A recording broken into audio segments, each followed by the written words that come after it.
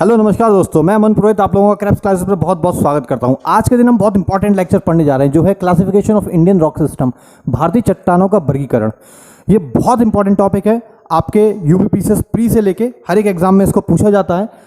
और अब हम इसको समझना स्टार्ट करते हैं। देखो, ये तो हम सभी लोगों को पता है कि पृथ्वी जब हमारी शुरुआत में एक आग का गोला थी, तो वो जैसे जैसे ठंडी होनी स्टार्ट हुई तो उसकी जो ऊपर की परत है वो चट्टानों में बनना स्टार्ट हुई, यानी कि वो रॉक्स में बनना स्टार्ट हुई। तो जिस तरीके से पृथ्वी के स्टार्टिंग से लेके आज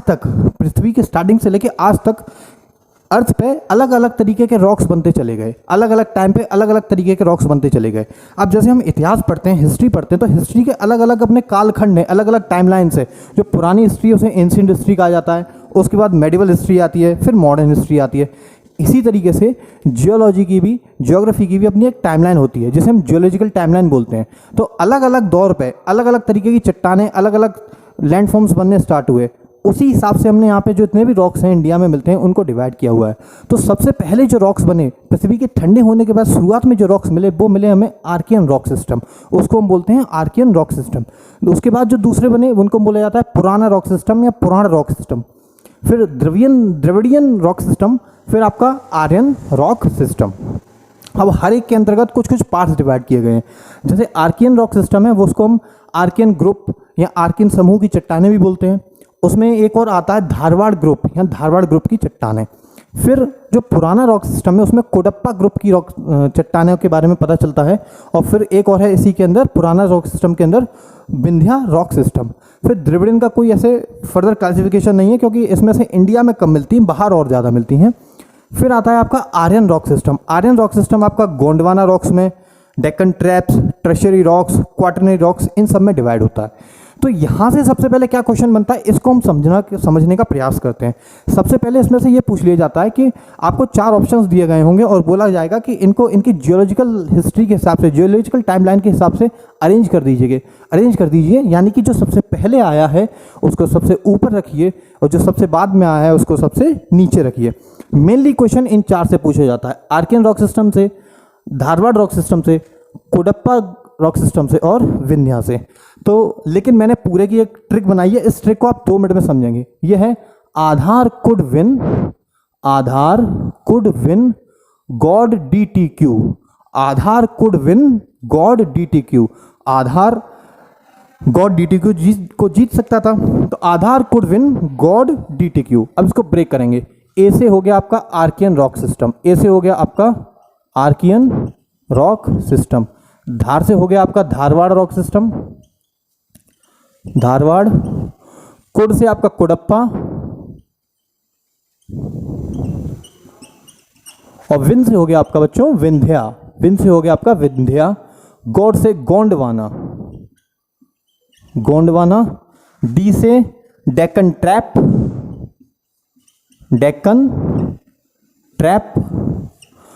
उसके बाद टी से टर्शरी, क्यू से क्वाटरनरी। तो काफ़ी इजी है, काफ़ी आसान है। बस इस लाइन को 2-3 बार अपने दिमाग में रखिएगा। Aadhaar code win god DTQ, Aadhaar code win god DTQ। मेरे पीछे पीछे बोलिए, Aadhaar code win god DTQ। Aadhaar आ से Archean rock system, Dharwar rock system, Cuddapah rock system, Vindhya rock system. तो इसका अरेंजमेंट है। मेन क्वेश्चन इन 4 से बनेगा। इससे बाद अगर एग्जाम पॉइंट ऑफ व्यू से हम और देखें, अगर वो खींचने के और कोशिश करे एग्जामिनर, तो क्या होगा, गॉड DTQ, गॉड से गोंडवाना, डी से डेक्कन ट्रैप, टी से टर्शरी, क्यू से क्वाटरनरी। यहां तक किसी बच्चे को कोई समस्या नहीं होनी चाहिए, चलिए ये हो गया। अब हम पढ़ने का प्रयास करते हैं Archean rock system. Archean rock system के अंतर्गत पहला आता है आर्कियन ग्रुप। आर्कियन ग्रुप के बारे में बात करें तो ये वो चट्टानें हैं बच्चों, आर्कियन ग्रुप में वो चट्टानें जब पृथ्वी ठंडी होनी शुरू हुई तो जो पहली चट्टानें बनी, जो फंडामेंटल रॉक्स बने पृथ्वी पर, वो हैं आपके आर्कियन रॉक सिस्टम। ये हमारे मौलिक या फंडामेंटल हैं जो पृथ्वी के बिल्कुल शुरुआत में बने। इनमें से कौन कौन से पत्थर हमको देखने को मिलते हैं इस रॉक सिस्टम में? कुछ पत्थर मिलते हैं जैसे नीस हो गया, ग्रेनाइट हो गया, सिस्ट हो गई, ये सारे हमें इसी के अंतर्गत मिलते हैं। अच्छा, भारत में ये पत्थर कहाँ कहाँ मिल रहे हैं, ये जो साइट्स हैं, ये जो ग्रुप है, ये कहाँ कहाँ मिलता है?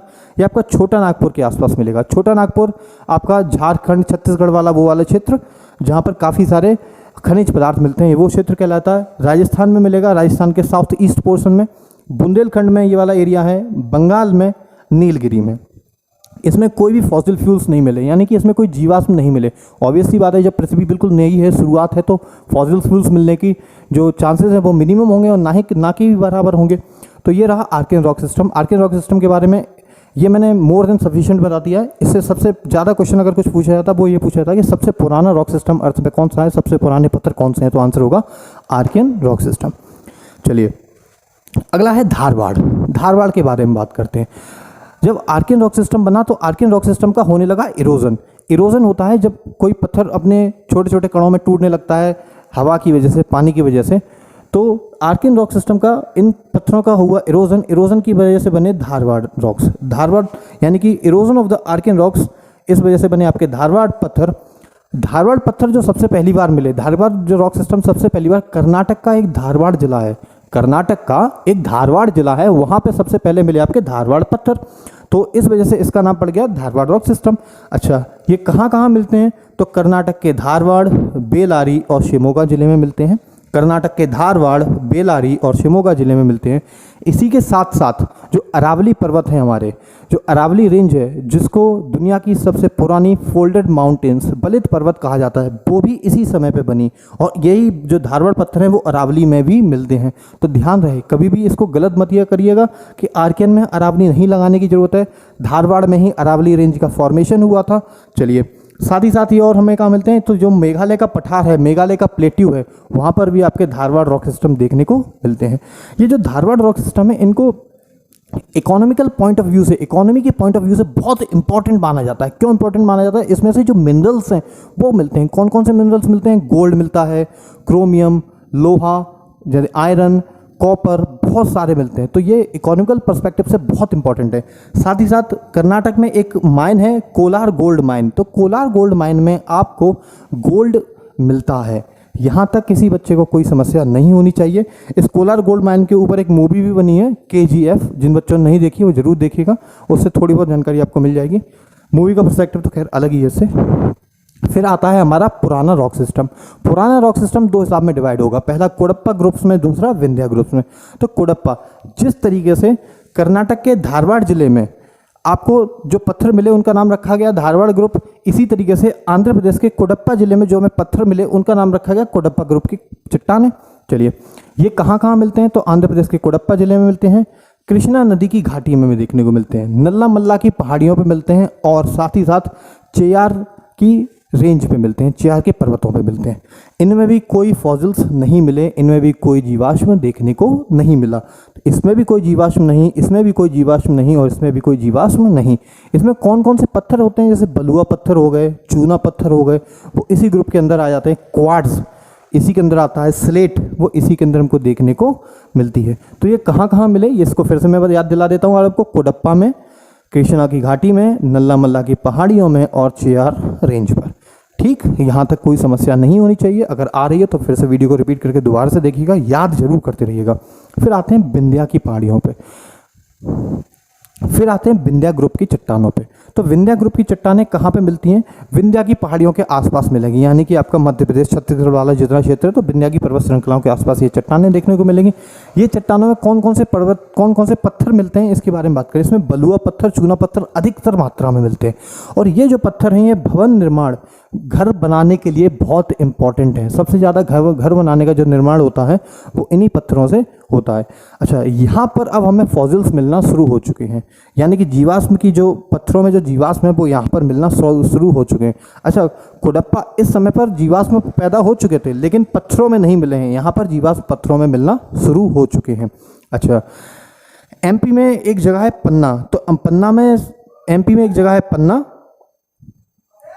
MP में एक जगह है पन्ना, और आंध्र प्रदेश में जगह है गोलकुंडा। तो पन्ना और गोलकुंडा वो जगह है जहाँ से हमें हीरा मिलता है।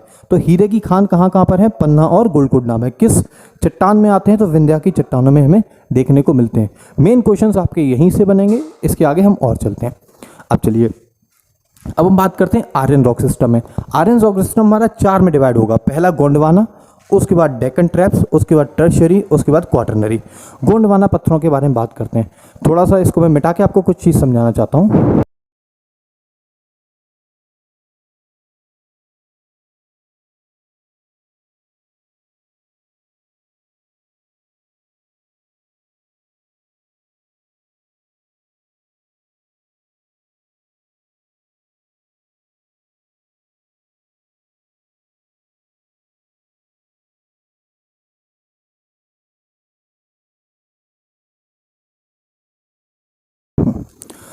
तो हम गोंडवाना के पत्थरों के बारे में बात करते हैं। गोंडवाना के पत्थर हमको कहाँ कहाँ मिलते हैं इसके बारे में समझते हैं सबसे पहले। तो गोंडवाना के पत्थर हमको मिलते हैं दामोदर नदी की घाटी में, महानदी की घाटी में और गोदावरी नदी की घाटी में। दामोदर नदी की घाटी में, महानदी की घाटी में और गोदावरी नदी की घाटी में। अच्छा, इन पत्थरों में जो फॉसिल्स हैं, जो जीवाश्म हैं, उनकी जो अमाउंट है वो बहुत ज़्यादा मिला, काफ़ी ज़्यादा अच्छे तरीके से जीवाश्म हमें यहाँ पे मिलने शुरू हुए। तो भारत का जो 98% कोयला है वो हमें कहाँ से मिला? गोंडवाना पत्थरों से मिला। कहाँ से मिला बच्चों? गोंडवाना पत्थरों से मिला। तो इसका मतलब हम ये कह सकते हैं कि जो हमारा कोयला है वो कहाँ पे मिल रहा है? दामोदर नदी की खाई में, दामोदर नदी की घाटी में, महानदी की घाटी में और गोदावरी नदी की घाटी में। तो कहाँ कहाँ पे कौन कौन सी जगह है? जो झरिया की जो माइन है, तो इसका मतलब आंध्र प्रदेश में एक जगह है सिंगरैनी, एक माइन है सिंगरैनी। उस सिंगरैनी माइन से हमको कोयला मिलता है इंडिया। आंध्र प्रदेश में सिंगरैनी की माइन से हमको कोयला मिलता है जो कि गोदावरी घाटी में आती है। इसी तरीके से झारखंड के अंदर जो झरिया माइन है वो दामोदर नदी के अंदर आती है, दामोदर घाटी में आती है। और जो महानदी है, महानदी के पास जो महानदी है ओडिशा में तालचेर घाटी है। जो महानदी घाटी के ओडिशा में तालचेर की खाई है, ओडिशा में तालचेर माइन है जो महानदी घाटी में स्थित है। तो इस तरीके से हमको ये चीज़ें मिल सकती हैं। कोयले के बारे में बात करें तो कोयला 4 प्रकार का होता है। जो सबसे अच्छा कोयला होता है वो कहलाता है एंथ्रेसाइट, जिसमें कार्बन की मात्रा सबसे ज़्यादा होती है। हमारे यहाँ जो कोयला उपलब्ध है वो बिटुमिनस है। दूसरा सबसे अच्छा जो कोयला होता है वो बिटुमिनस होता है। तो इंडिया में जो 98% कोयला उपलब्ध है वो बिटुमिनस टाइप का कोयला है। इसके बाद समझेंगे हम डेक्कन ट्रैप। डेक्कन ट्रैप मैं आपको समझाने का प्रयास करता हूँ। जैसे हमारा जो ये इंडिया है, ये जो इंडिया का ये वाला क्षेत्र है, इंडिया की ये वाली साइड है, ये किसी समय पर अफ्रीका से अटैच थी। इस चीज़ को भी हम डिटेल में समझेंगे आने वाले लेक्चर्स में, अभी ये इतना ही समझिए। ये जो इंडिया का ये वाला जो क्षेत्र है, ये अफ्रीका से किसी समय पे जुड़ा हुआ था। जब ये अफ्रीका से अलग हुआ तो इस दौरान ये हमारा जो महाराष्ट्र वाला क्षेत्र है, इस पूरे क्षेत्र में, इस पूरे एरिया में बहुत बड़ी अमाउंट में, बहुत सालों तक, कई दिनों तक बहुत बड़े अमाउंट में यहाँ पे वॉल्केनिक एरप्शन होते रहा, ज्वालामुखी उद्गार होता रहा। और ज्वालामुखी उद्गार होने की वजह से क्या हुआ, इसमें लावा निकल के आया, लावा ऊपर आया, लावा की एक लेयर, दूसरी लेयर, तीसरी लेयर, चौथी लेयर और कई लेयर्स कई सालों तक इसमें चलती रहीं।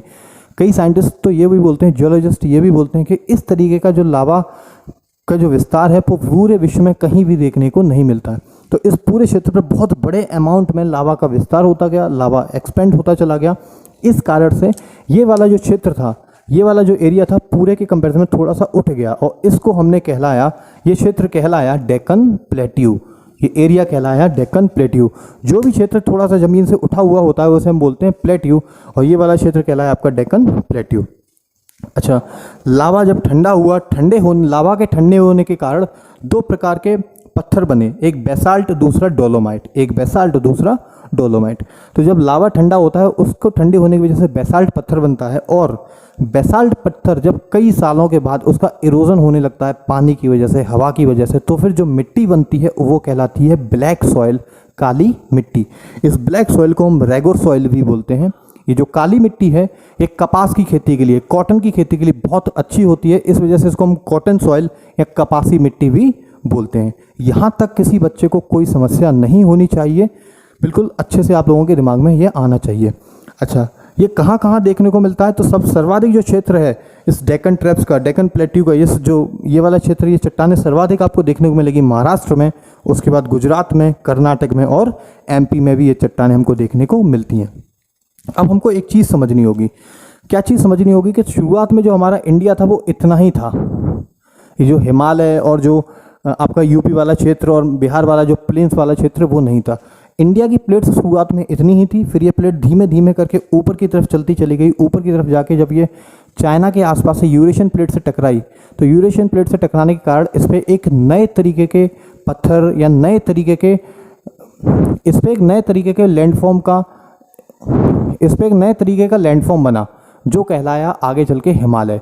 तो इसके बाद निर्माण हुआ आपका यहाँ पर आगे चल के हिमालय का। तो जो हिमालय का निर्माण हुआ वो हुआ आपका टर्शरी टाइम में, और इस समय जो चट्टानें बनी वो बनी आपकी टर्शरी रॉक्स, टर्शरी चट्टानें बनी।